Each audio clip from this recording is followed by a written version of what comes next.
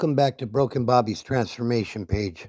In the late 80s, I became involved with drugs and would eventually become part of that lifestyle of trafficking, addiction, and violence. Over the next 20 years, I would be in and out of jail and prison.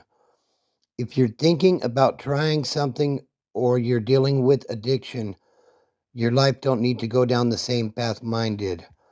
I hurt a lot of people, both physically and emotionally.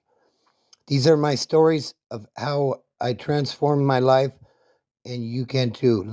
All right, guys, welcome back to the channel. As you can see by the thumbnail and the title, Nazi Lowriders, then and now. Okay, so today we're talking about the Nazi Lowriders, aka NLR, or also known as the Ride. NLR was founded in the 70s in California Youth Authority. If you don't know, California Youth Authority it's like a prison for juveniles. So if you're not 18 yet, and you commit a crime that would have been worthy of prison, they would send you to CYA. I don't think they're doing that anymore. I'm not really sure, but yeah, these guys were founded in the Youth Authority. And the thing is, you have to realize there's not a lot of whites in the Youth Authority, and some of them were victims. So the ones that did stand up for themselves, ended up being a lot more accepted, obviously, by the other races and respected. Because, in YA, as I understand it, you got to use some things, and it's not like the California prison system where if one gets off, they all get off. Like, you could go catch a fade in a blind spot somewhere in there. So they were founded there, and eventually, when they started validating all the big organizations, they would go on to become the foot soldiers on the main lines, and basically taking care of business out there, for the big homies. Like, as you guys know, I don't speak on these organizations' names, so we'll just refer to them as the big homies. But I did some time with a couple of Nazi lowriders, and I've told the story of the LA County riot back in the early 2000s. And for the sake of the story, I believe we called him Demon. I don't want to put anybody out there, but I believe we called him Demon.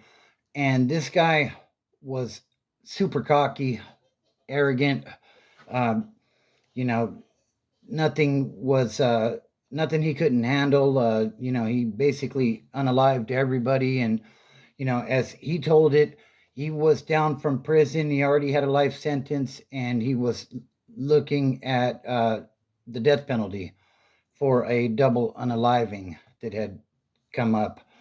And like I've said in the past, to be honest with you, I thought dude was just full of it. Like, usually the guy that is talking the loudest is probably going to do the least. But he was with the business, and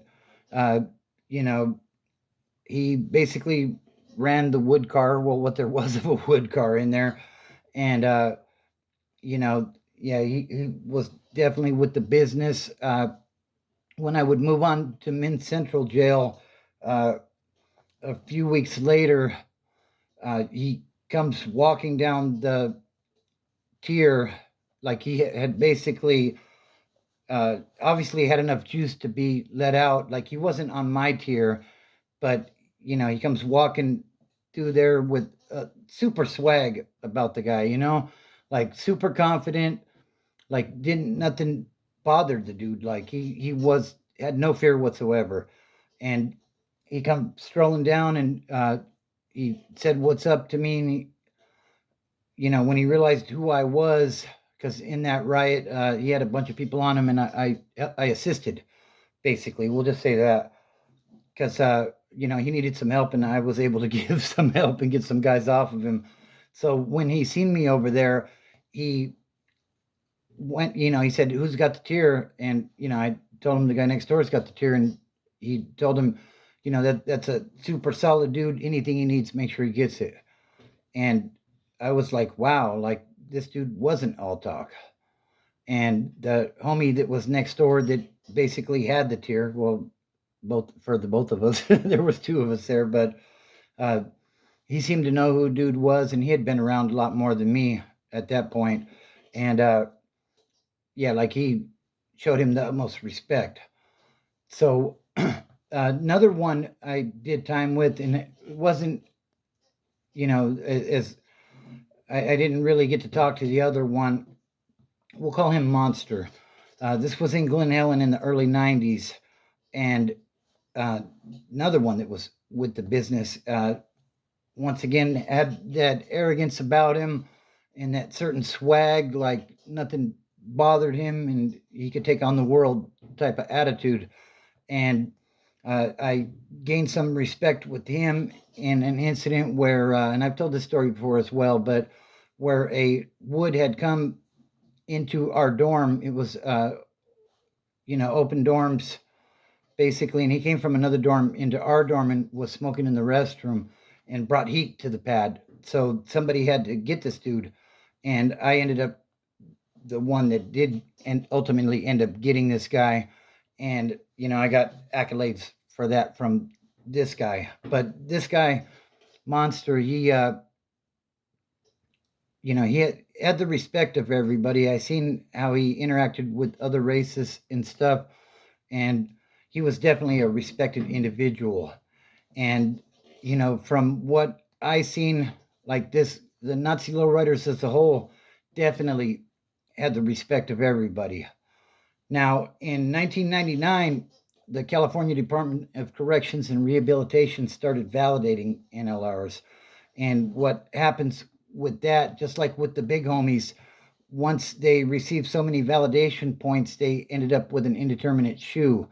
And what that means, if you don't know, is basically they would send you back to the secure housing unit, which is like the prison within the prison.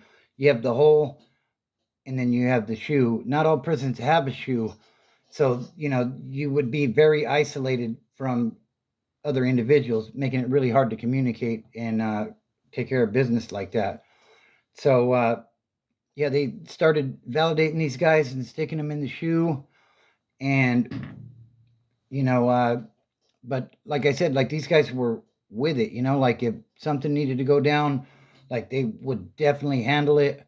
Uh, when I ultimately ended up in ADSEG late in '05, they had said that a NLR had just been removed, maybe a week or two prior to me arriving there.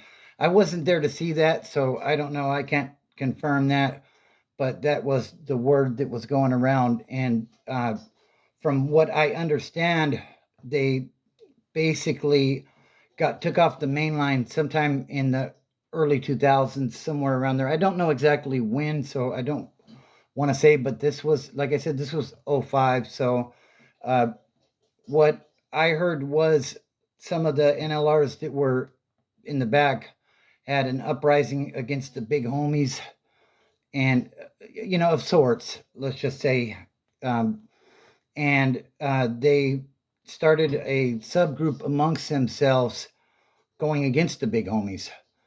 And obviously, that was definitely frowned upon from the big homies. So, uh, the thing is about being a part of something, a gang or an organization, is you don't necessarily need to be the one to do something to reap the benefits, if you will, of getting removed, because that's your organization is doing something that goes against the grain. So, as I understand it, they all started uh, getting moved off of the main line, and uh, they ended up on the other side. There's only two sides that you could possibly be on: GP or SNY. And as I understand it, a lot of them ended up getting moved over to that side. And I heard somebody tell a story recently on YouTube that that they're actually starting to gain some momentum on that side as far as uh, being a new. I don't know if it's a new click or a newer click or what the deal is. Um, I've never been on the SNY side, so I don't really have a lot of information there. But that they're starting to kick up dust on that side too, under a different name. But I'm not going to say that name because it goes against the big homies, and I'm just not going to comment on that. So yeah, that's what's going on with that. If you're still here, then please subscribe to the channel. Smash that like button if you enjoyed the video. Drop a comment and let me know what you know. I mean, I haven't been in the joint since early 2006, so I'm sure a lot of stuff has changed since then. Let me know what you think. Also, share the video. It really helps the video to get out and into the algorithm. I appreciate everybody that's subscribed. We just passed 1,400 subs recently, and that's all due to you guys. So, shout out to you. I really appreciate all of you. I know some of you guys have been rocking with me for a while, and you don't know how much I appreciate that. So, also hit that notification bell so that anytime I drop a new video or I go live, you will be notified and you can check it out when you're ready. And also, you can become a member of the channel. Memberships are available. Just hit that join button next to the subscribe button and check it out. So there's going to be exclusive content and stuff for members. So yeah, definitely check that out. Family, fitness, and freedom are the things that got me away from living this sort of lifestyle and being in these sort of environments. And it can help you as well. Uh, just remember, it's about making good decisions and compiling those good decisions. The sky's the limit, guys. If you're trying to get clean, I believe in you.